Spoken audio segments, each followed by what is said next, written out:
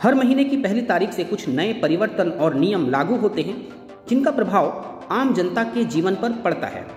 इस चैनल पर महीने के अंत में एक वीडियो अपलोड की जाती है जिसमें यह जानकारी दी जाती है कि इंश्योरेंस, फाइनेंस और पब्लिक लाइफ से जुड़े हुए कौन से परिवर्तन अगले महीने पहली तारीख से लागू होने वाले हैं और जिनका आम जनता के जीवन पर प्रभाव पड़ने वाला है।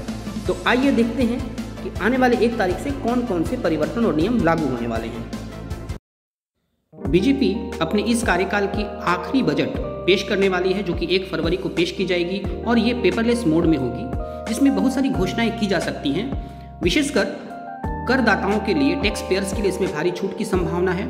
सर्विस करने वाले लोग और बिजनेस करने वाले लोग, दोनों तरह के लोगों को कर से भारी मुक्ति देने की संभावना है।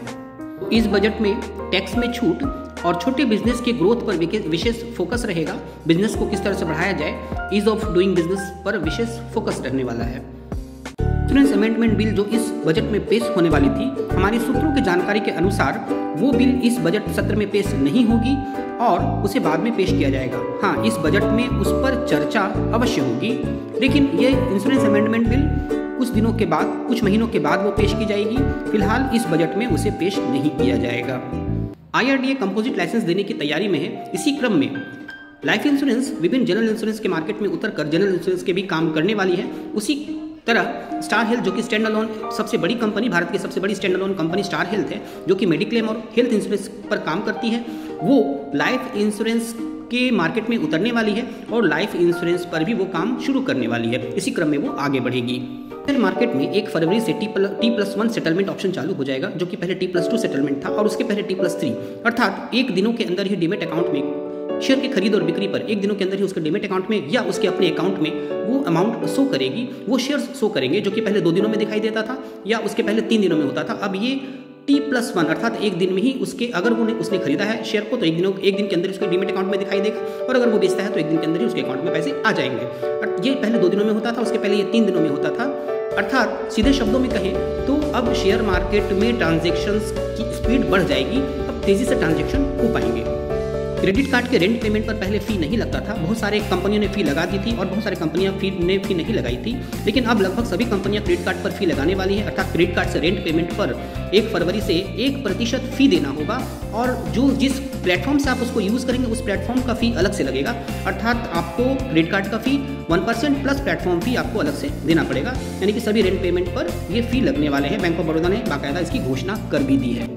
लंबी जद्दोजहद और कानूनी मत्थापच्ची के बाद ब्रॉडकास्टर एसोसिएशन में ट्राई के न्यू टैरिफ 1 फरवरी से लागू होने वाले हैं। अर्थात DTH और केबल टीवी देखना महंगा होने वाला है। 1 फरवरी से लगभग 5 से 6% तक आपको अधिक खर्च करने पड़ेंगे इसके रिचार्ज पर, अर्थात 5 से 6% तक टैरिफ में वृद्धि हो सकती है DTH और केबल टीवी के रिचार्ज पर। 1 फरवरी से वाहनों की कीमत भी लगभग 1.2% तक बढ़ सकती है। विभिन्न वाहनों की अलग अलग प्रतिशत वृद्धि हो सकती है, लेकिन टाटा मोटर्स की तरफ से घोषणा कर दी गई है और लगभग 1.2% तक इसमें वृद्धि होने की संभावना है।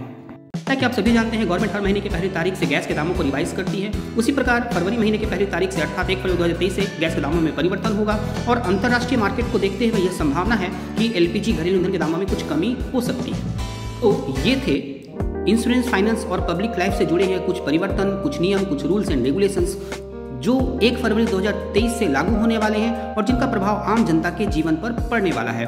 अगर आपने अभी तक इस चैनल को सब्सक्राइब नहीं किया है तो इस चैनल को जरूर सब्सक्राइब कर लें, बेल आइकन को भी प्रेस कर दें कि जब भी कोई वीडियो अपलोड हो तो आपको उसका नोटिफिकेशन प्राप्त हो जाए और इसके प्लेलिस्ट को हमेशा अपडेट किया जाता है, तो आप पिछली वीडियोज़ को भी अपने प्लेलिस्ट में जाकर यहाँ पर देख सकते हैं।